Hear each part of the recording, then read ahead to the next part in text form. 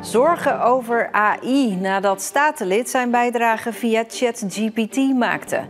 Experts zeggen, stel duidelijke regels op. Al geef je een 1 A4'tje mee met mensen, als je het toch gaat gebruiken, let hier en hier op. Ik denk dat richtlijnen juist nu noodzakelijker zijn dan ooit. En verder in deze uitzending. Hoornaarsnest vlakbij basisschool. En topwielrenners razen door Zeeuws-Vlaanderen.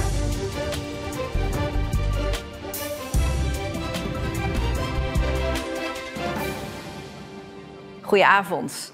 De provincie doet op dit moment onderzoek naar het gebruik van AI binnen de organisatie. Echte maatregelen worden pas volgend jaar verwacht. Dat moet eigenlijk sneller, zegt een cybersecurity-deskundige. Verkeerd gebruik van kunstmatige intelligentie kan miljoenen euro schade veroorzaken. Steeds meer Zeeuwen gebruiken artificial intelligence, bijvoorbeeld ChatGPT, voor de beste weg naar het strand. Maar het kan ook heel gevaarlijk zijn. Want ChatGPT is misschien wel net als kernenergie hier van de kerncentrale van Borselen. Allebei ontzettend krachtig. Maar als het in de verkeerde handen valt, kan het ook heel destructief zijn. En dat weet ChatGPT zelf ook, als je hem de vraag stelt of het gebruik van AI door Zeeuwse overheden gevaarlijk is. De conclusie ligt er eigenlijk nog minder om. Juist in Zeeland liggen er gevaren. Zeeland heeft veel kritische infrastructuur, oftewel dingen die belangrijk zijn om ons land draaiende te houden.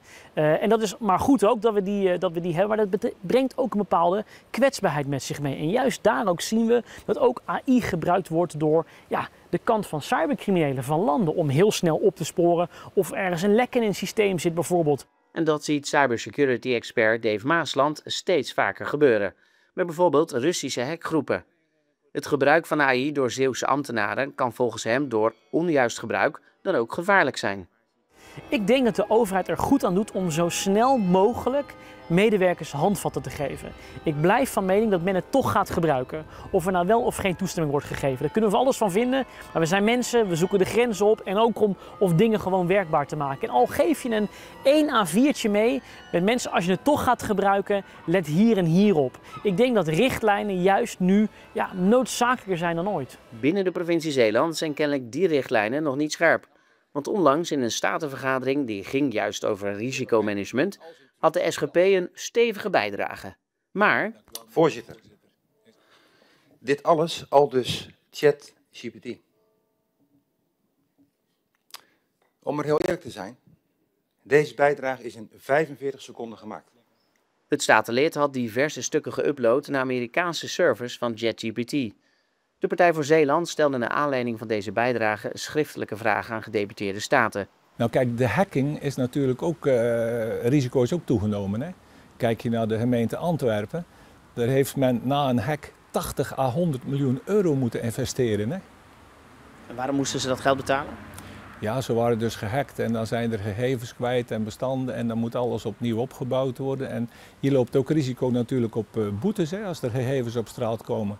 Dus ik heb achteraf nog een tweede serie vragen gesteld met zijn me goed verzekerd en zo ja, tegen welk bedrag. Potentieel kan het de provincie Zeeland dus miljoenen euro's kosten als ambtenaren geen duidelijke richtlijnen krijgen voor het gebruik van AI. Je hebt Europese regelgeving, in 2024 zijn ze ermee begonnen en je hebt ook landelijke regelgeving. En als je dat goed bekijkt, dan zijn ze op bepaalde punten helemaal niet enthousiast. Gedeputeerde staten moeten op de tweede serie vragen van Babijn nog antwoord geven. Maar het antwoord op de eerste vragen duurde ook al erg lang. Babijn heeft voor de toekomst wel een tip. De Partij voor Zeeland had recht op antwoord binnen 30 dagen. Ik heb 2 maanden moeten wachten op mijn antwoorden. En ik heb nog de suggestie aan de hand gedaan aan onze commissaris. Misschien met AI had het iets sneller gekund. Meer dan 1000 mensen hebben vanmorgen in sporthal Baskensburg in Vlissingen afscheid genomen van judo-leraar Tonny Mulder. De eigenaar van sportschool Geelhoed overleed bijna 2 weken geleden tijdens het motorracen op een circuit in Frankrijk. Verslaggever Mark van Dam was bij de uitvaart. Een uitvaartplechtigheid in een sporthal, dat maak je niet vaak mee. Maar meester Tonny heeft 30 jaar geleden de judoschool Geelhoed overgenomen. En in al die jaren natuurlijk honderden en honderden, misschien wel duizenden kinderen lesgegeven. En veel van die kinderen zijn nu wat ouder en waren ook hier bij het afscheid van meester Tonny Mulder.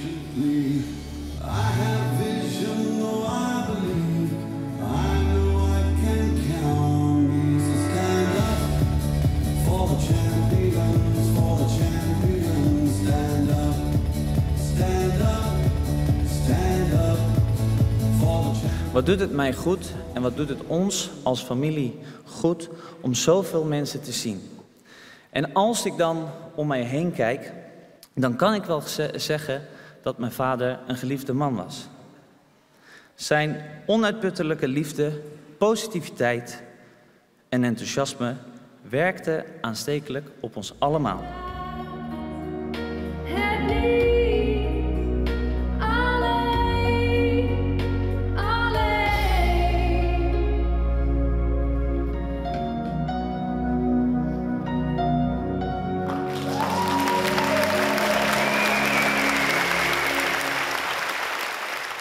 Wat moet ik hier nou over jou gaan vertellen? Die geweldige meester Tony? Of die bekende Zeeuw? Nee, die kennen we allemaal al. Ik wil het vooral hebben over jou als vader, want dat is wie je ook was. Nu is het aan ons, pap, en dat komt goed.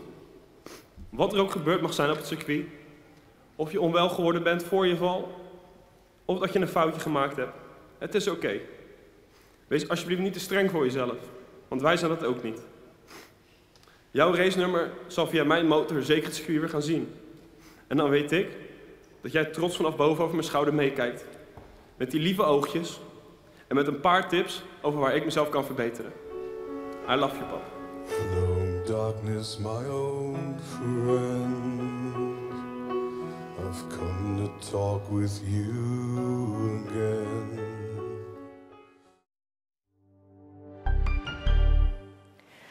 Het was even schrikken in Grauw, een imposant hoornaarsnest in de buurt van het schoolplein.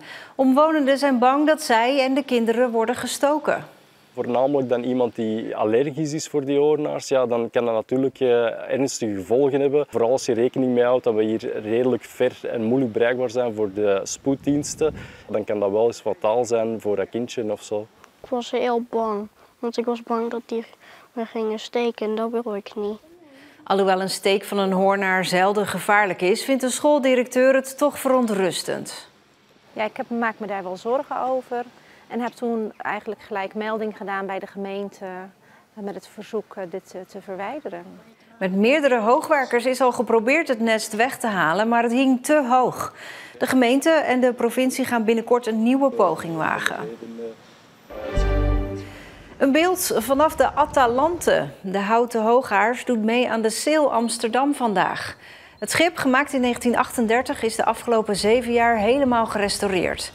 Ook een tiental andere historische schepen uit Zeeland vaart mee met de vloot. Die parade, de Sail In, is de start van het grote maritiem evenement in Amsterdam. Meer dan 800 schepen varen mee in de parade.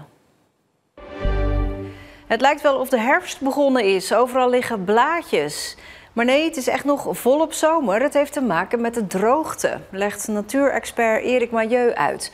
Bomen willen het schaarse water niet allemaal naar de groene blaadjes aan hun takken laten stromen. Daarom laten ze de blaadjes los. Een soort zelfbehoud dus. Dood zullen ze niet gaan, volgens Mailleu.